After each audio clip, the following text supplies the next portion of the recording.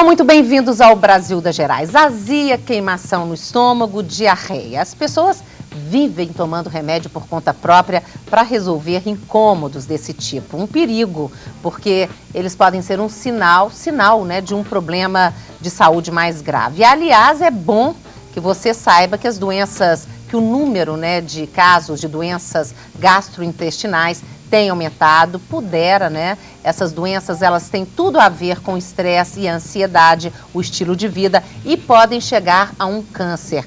O câncer de intestino também tem aumentado muito, tá? Então, no programa de hoje, muita informação para você se conscientizar, se cuidar, parar de se medicar, tá? Cuidar de você, né? Agora aproveite para tirar as suas dúvidas. Compartilhe com a gente. Nosso telefone 3289-9000, 3289-9000, fax 3289-9097 ou pela internet, nosso e-mail brgerais@redminas.mg.gov.br. Aqui no estúdio do Brasil das Gerais nós temos as participações do Fábio Lopes Queiroz. O Fábio é médico coloproctologista, presidente da Sociedade Mineira de Coloproctologia e é também presidente da Gastrominas 2005, que é um congresso que começou hoje, né, em Belo Horizonte, não é isso, o congresso? Isso, amanhã de manhã. Ah, começa amanhã cedo, nós já estamos adiantando aqui. Bom, depois nós temos a participação da Alessandra Vitoriano de Castro. A Alessandra é estudante de enfermagem, coordenadora do GAD, que é o Grupo de Apoio aos Portadores de Doenças Inflamatórias Intestinais. E depois do Antenor Cascário de Oliveira. O Antenor, ele é aposentado, tá? Com a gente também a Mônica Conceição Siqueira. A Mônica é médica oftalmologista. E depois da Maria das Graças Pimenta Sana. A Maria das Graças é gastroenterologista, é presidente da regional da Sociedade Brasileira de Endoscopia Digestiva, também presidente da Gastrominas 2005. Então, Fábio Queiroz, o que vocês querem com esse congresso é conscientizar as pessoas mesmo. Como eu disse, quer dizer, o número de casos de doenças gastrointestinais estão aparecendo mais, os números de câncer de intestino, o número está aumentando muito também, né?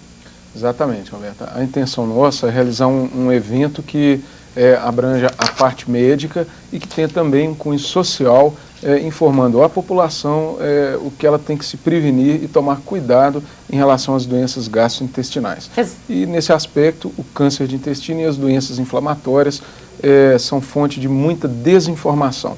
Daí o motivo pelo qual a gente tenta focalizar especialmente essas doenças. Uhum. Inclusive, lá na Praça da Estação, quem quiser conhecer mais, entrar dentro de um intestino, tem um intestinão lá na Praça da Estação, né? Vocês montaram hoje, não é isso? E a pessoa, cadê as imagens? Vamos mostrar as imagens do intestinão, porque aí você vai olhando, vai mostrando pra gente. Ah lá, tá lá, vamos mostrar. Isso. Aí é a entrada do intestino. Né? Essa é a entrada do intestino. O intestinão foi construído pela Abraprece, uma associação brasileira para prevenção das doenças do intestino. Uhum. Se a gente está vendo ele, o lado de fora, quantos o lado metros, externo, hein? Ele tem em torno de 15 a 17 metros de comprimento por uns 2 metros de largura. Ali são as hemorroidas. Hemorroida. Né? A gente está vendo, tem exatamente aquele formato na pessoa.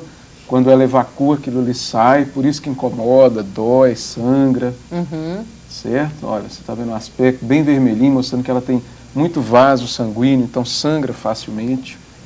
Ali a gente está vendo as camadas do intestino. Muitas vezes a pessoa acha que o intestino tem só uma camada, mas são várias camadas. Uhum. Esse aí está mostrando uma doença diverticular. Está vendo aqueles furinhos pequenos, esse que focalizou? Isso é um divertículo, que é muito comum, principalmente a partir de 60 anos de idade, e que ele por si só não traz problema nenhum, exceto quando ele complica com sangramento ou inflamação, que é o que está mostrado nessa imagem. Ali são os pólipos, que são lesões pré-cancerosas. Esses pólipos são muito interessantes porque são lesões que aparecem 4 a 5 anos antes de se transformarem num câncer e que podem ser facilmente retiradas. A doutora Maria das Graças faz a colonoscopia, que é o exame que retira esses pólipos. Ali a inflamação, quer falar, Graça? Posso falar assim, ali ele está mostrando a colite ulcerativa e do outro lado a doença de Crohn, né? São duas entidades que estão albergadas com o nome de doença inflamatória intestinal. Aí está a colite ulcerativa, ela geralmente, embora ela está no final do intestino, ela compromete de forma predominante o reto e o colo esquerdo. mas pode também, em um grupo de pacientes, comprometer todo o intestino e um pedaçozinho, o finalzinho do delgado. Aqui nós temos o osteoapendicular, né, onde finaliza o intestino com o nosso famoso apêndice, né? Agora, o que é mais comum? Que tipo de doença é mais comum dessas doenças inflamatórias, hein? É a colite, né? Olha, não sei se é retocolite, exato, que a gente fala colite, né? Mas isso é uma confusão muito grande que se faz, sabe, Roberta? É porque, sob o termo colite, existem outras doenças que não são a doença inflamatória, que não é a doença inflamatória intestinal. Então, nós temos até mesmo as parasitoses, nós temos a tuberculose, nós temos colites por ingesta de medicamento. Por isso que essa campanha é muito interessante, porque os 3 temas, eles estão interligados entre si. Então, existe uma classe de medicamentos, muitos medicamentos que levam à inflamação, mas principalmente os anti-inflamatórios. Eles podem, às vezes, até simular uma doença inflamatória intestinal. Nós temos também problemas com a irrigação arterial, que a gente chama de colites isquêmicas, muito comum em pacientes, às vezes diabéticos, pacientes que geralmente é uma faixa etária mais elevada. Com relação à doença inflamatória propriamente dita, como eu já havia dito, ela alberga a doença de Crohn e a retocolite ulcerativa. Agora, o que é a doença de Crohn? Sim, a doença de Crohn, na verdade, Crohn foi o autor, né, que realmente descobriu essa doença. Isso foi mais ou menos em 1950, quando um grande cirurgião em Nova York, um cirurgião judeu chamado Crohn, todos os pacientes que tinham problemas de abdômen, distendido, com o seu intestino inflamado, ele operava esses doentes. O tratamento na época era operar.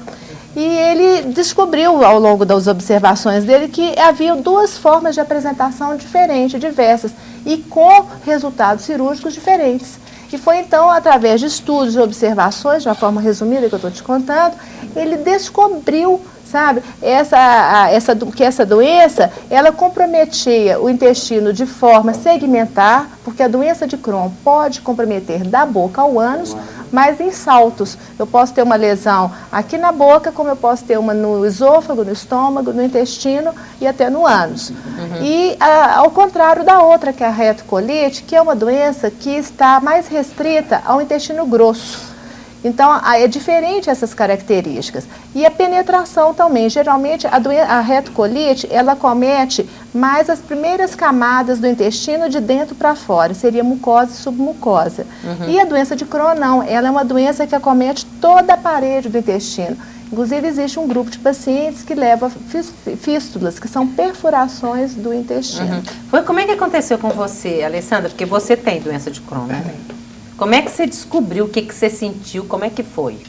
No início foi muita cólica, muita diarreia e muito desespero, porque é um diagnóstico difícil. Diarreia, sim, você ia quantas vezes ao banheiro num dia só? 15 vezes, 10 vezes? 15. 15 vezes. Umas 15 vezes. E assim, em 3 meses foram 25 quilos a menos. E o diagnóstico era meio complicado, médico nenhum havia me falado da doença de Crohn, né? Mas custou fazer? Você fez maratona de médico, saiu andando de médico em 5 médicos, né? Comecei no clínico, que passou para o gastro, até chegar no procto e até encontrar o meu anjo, que é a minha médica, né? E ela fez uma colonoscopia, mas antes mesmo, pelos sintomas e pelos outros exames que eu já havia feito, ela já tinha essa suposição do doença de Crohn, mas demorou uns 4 meses o diagnóstico. Pois é, mas você deve ter ficado imaginando assim, tô com câncer de intestino, alguma coisa. A primeira coisa que vem na cabeça. E aí, como é que foi lidar com isso? Você está fazendo tratamento há muito tempo, como é que é? Quando ela me falou que eu tinha doença de Crohn, eu falei, graças a Deus, o que é isso? Porque não era câncer, né? E foi muito mais fácil lidar sabendo o que é. Porque quando você não sabe, né, você fica perdido, você imagina muita coisa. E a partir daí a gente começou a pesquisar, viu que tinha muito pouca informação, né? Na internet também, ainda não tinha muita coisa. Tanto que tivemos a ideia de lançar o site, né, com algumas informações. E formar o grupo também, né? Formar o grupo. De apoio Que aí vocês estão ajudando outras pessoas que não têm informação, aí junta todo mundo, que acaba que melhora, né? Quando assim, você está junto de pessoas que têm os mesmos problemas. Melhora muito, melhora muito, porque assim, o que eu queria, na verdade, era conversar com pessoas que tinham o mesmo problema que eu tinha. Porque se você conversa com um médico ou com alguém da sua família, mesmo assim é diferente, porque eles não estão sentindo na pele, literalmente, o que você está passando. Né? Então a ideia foi criar um mural lá na clínica, para deixar um telefone de contato, para quem quisesse trocar experiência. O mural ia chamar os cronistas. E aí a doutora Sinara, minha médica, sugeriu da gente encontrar pessoalmente, né, só com os pacientes dela. E a gente achou que não ia ninguém, né? Mas foram quase 20 pessoas nesse primeiro encontro.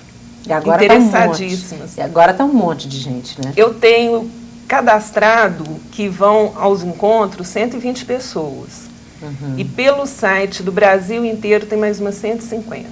Agora, Fábio Queiroz, o que causa essa doença de Crohn? Bem, a doença de Crohn... Porque tem muita gente que fala assim, é emocional, é o psicológico, é o estresse, é a vida da pessoa. O que causa? Olha, Roberta, a doença de Crohn, infelizmente, a gente ainda não tem uma causa definida. Ela pode ter a ver com alterações da permeabilidade da membrana do intestino e, com isso, alguma reação do próprio organismo contra células do próprio organismo. E isso causa uma inflamação crônica que persiste exatamente porque a gente não sabe ainda a causa. E, em decorrência disso, o tratamento da doença é feito com anti-inflamatórios, em geral, ou outros medicamentos que inibem essa inflamação, essa resposta, uma inflamação gerada dentro do próprio organismo mesmo. Né? Agora, e o câncer de intestino? O que causa o câncer de intestino? Bem, o câncer de intestino, na verdade, a gente também não poderia falar de uma causa, a gente poderia falar de fatores que predispõem ao aparecimento do câncer. Né? Entre eles, a gente tem uma dieta inadequada, que na verdade é o principal. Então, que é a comida gordurosa? Isso, a comida gordurosa, as gorduras, principalmente aquelas de origem animal, e aí a carne vermelha, né, uma grande vilã, elas têm uma ação direta em aumentar a quantidade de tumores, principalmente do intestino grosso, que é isso que nós vimos lá na praça. Né?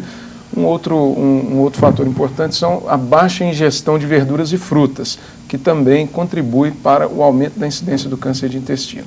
Isso sem a gente falar do álcool, do fumo, que são fatores amplamente já conhecidos e que que estão associados com o aumento do câncer de intestino também. E a questão da hereditariedade existe também? Existe. A questão da hereditariedade no câncer de intestino ela é fundamental, ela é muito importante. Pessoas que têm história na família, de familiares com câncer de intestino, eles têm um risco maior de desenvolverem a doença também.